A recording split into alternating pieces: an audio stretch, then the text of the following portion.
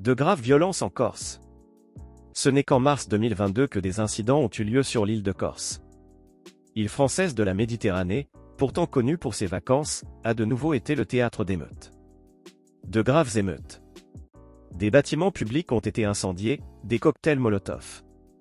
Contre des canons à eau et il y a eu des blessés du côté des manifestants. Et des policiers. La raison de ces débordements, les Corses sont mécontents du gouvernement de Paris. Paris. C'est pourquoi ils aspirent à plus d'autonomie, beaucoup demandent même l'indépendance complète de la Corse. L'indépendance vis-à-vis de la France. Mais pourquoi les Corses sont-ils si mécontents? Comment le gouvernement parisien réagit-il à la crise? Aux protestations et quelle est la probabilité d'une indépendance de la Corse vis-à-vis de la France? Est-elle vraiment possible? Toutes ces questions sont abordées dans la vidéo d'aujourd'hui. Amusez-vous bien. Depuis la fin du Moyen Âge, la Corse, la quatrième plus grande île de la Méditerranée, appartenait à Gênes. Et rattachée à Gênes. Celle-ci a fait de l'île un avant-poste important pour sa marine. Mais les habitants de l'île n'ont jamais été vraiment satisfaits de la domination de Gênes. Jamais. C'est ainsi qu'un mouvement d'indépendance s'est formé très tôt, dont l'influence s'est accrue à partir du XVIIIe siècle. XVIIIe siècle a gagné en influence. En 1729, une première révolte. Une première grande révolte contre les Génois et en 1736, la Corse est déclarée pour la première fois. Le royaume de Corse est proclamé. Le baron Théodore von Nehoff, aventurier allemand, fut couronné roi. Était extrêmement populaire auprès du peuple, car il proposait des structures démocratiques dans l'esprit des promettait les Lumières. Son règne ne fut toutefois pas de longue durée, car les Génois appelèrent les Français à l'aide, ce qui le força à abdiquer. A été forcé de se rendre. Dans les années qui suivirent, de plus en plus d'aventuriers et d'amoureux de la liberté arrivèrent sur l'île, qui se sont engagés en faveur d'un État corse indépendant et démocratique. En 1755, une Corse indépendante fut donc à nouveau proclamée. Les Corses se sont dotés d'une constitution démocratique, qui est aujourd'hui la première constitution du siècle des est considérée comme la plus importante du siècle des Lumières.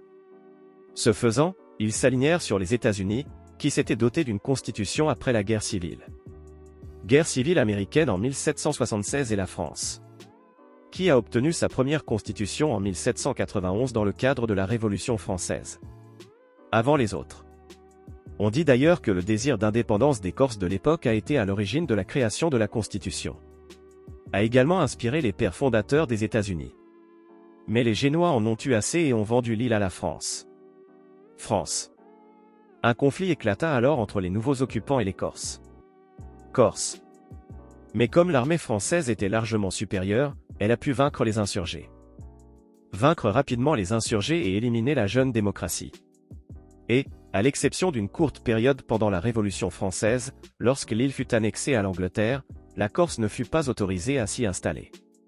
À l'Angleterre, la Corse est restée partie intégrante de la France. Et celle-ci tenta dès lors de consolider sa domination sur l'île. Le Corse fut ainsi retiré des écoles et de l'administration. Et remplacé par le français. De nombreux Corses se sentaient opprimés par les Français et un mouvement se forma. Contre-mouvement qui s'est prononcé pour l'indépendance. Et ce mouvement existe. Jusqu'à aujourd'hui. Ce faisant, il n'est pas seulement actif dans la politique et la vie publique. Mais il fait aussi régulièrement valoir ses revendications par la violence. C'est pourquoi, dans un passé récent, il y a eu de nombreux affrontements. Des débordements et des affrontements avec la police. Mais le mouvement politique indépendantiste gagne lui aussi du terrain. De plus en plus de personnes. Depuis 2015, les séparatistes sont même majoritaires au Parlement régional. Mais là aussi, il y a toujours des perturbations, car les différents groupes ont des objectifs différents. Les groupes poursuivent des objectifs différents. Les uns aspirent à plus d'autonomie vis-à-vis de Paris, les autres réclament une indépendance totale vis-à-vis de la France. Mais quelle est la probabilité d'une indépendance effective de la Corse? Les experts estiment qu'une indépendance totale est plutôt improbable à l'heure actuelle. Peu probable. Les sondages actuels ne montrent pas de majorité en faveur de la Corse. D'indépendance se dessine. Ce que les Corses défendent en revanche, c'est une plus grande autonomie. La pleine souveraineté sur les questions financières et économiques, la politique sociale, ainsi que l'autonomie de la Corse. Une plus grande influence de la langue corse. Paris est confronté à un dilemme, car il craint qu'un trop grand nombre de concessions ne provoque un effet corse. Déclencher un effet domino. Il existe en effet déjà d'autres régions françaises, comme la Bretagne, qui demandent également plus d'indépendance. Macron avait même proposé dans un premier temps de reconnaître le statut particulier de la Corse dans la Constitution. Mais une révision prévue pour 2019 n'a finalement pas abouti. De nombreux Corses se sont sentis trahis. Et c'est ainsi que de grandes manifestations éclatent régulièrement sur l'île. L'issue de la situation est actuellement incertaine.